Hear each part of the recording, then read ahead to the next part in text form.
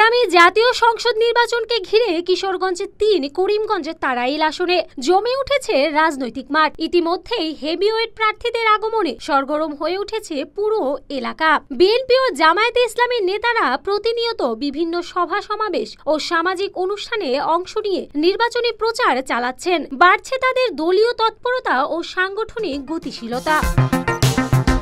এলাকাবাসীর নজর এখন মূলত বিএনপির প্রবীণ নেতা ও সাবেক শিক্ষামন্ত্রী ডক্টর এম ওসমান ফারুকের দিকে।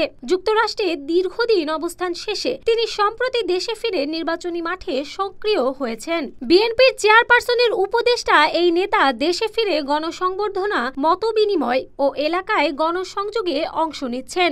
দলীয় নেতাকর্মীদের দাবি, একসময় আন্তর্জাতিক অপরাধ ট্রাইব্যুনালের প্রধান সমন্বয়ক এম সানাউল হকের রাজনৈতিক প্রতিহিংসার শিকার হয়েছিলেন তিনি। বিএনপির সম্ভাব্য প্রার্থী তালিকায় আরও রয়েছেন জেলা বিএনপির সহসভাপতি ও কিশোরগঞ্জ জজ কোর্টের জিপি অ্যাডভোকেট জালাল মোহাম্মদ গাউস, সহসভাপতি জাহাঙ্গীর আলম মোল্লা ও সাবেক উপজেলা পরিষদ চেয়ারম্যান ও যুব বিষয়ক সম্পাদক সাইফুল ইসলাম সুমন।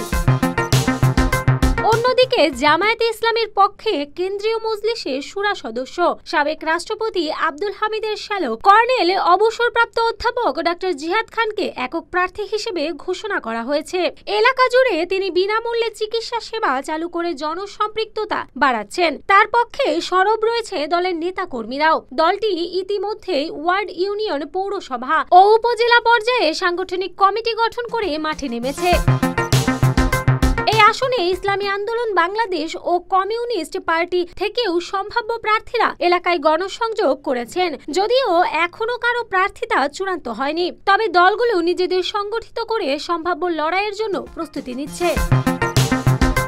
এছাড়া 1991 ও 1996 সালে আওয়ামী লীগের ডক্টর মিজানুল হক ও 2001 সালে ডক্টর এম ওসমান ফারুক নির্বাচিত হয়েছেন। এরপর 2008 থেকে 2024 পর্যন্ত টানা 4 বার জয়ী হন মুজিবুল হক চুন্নু।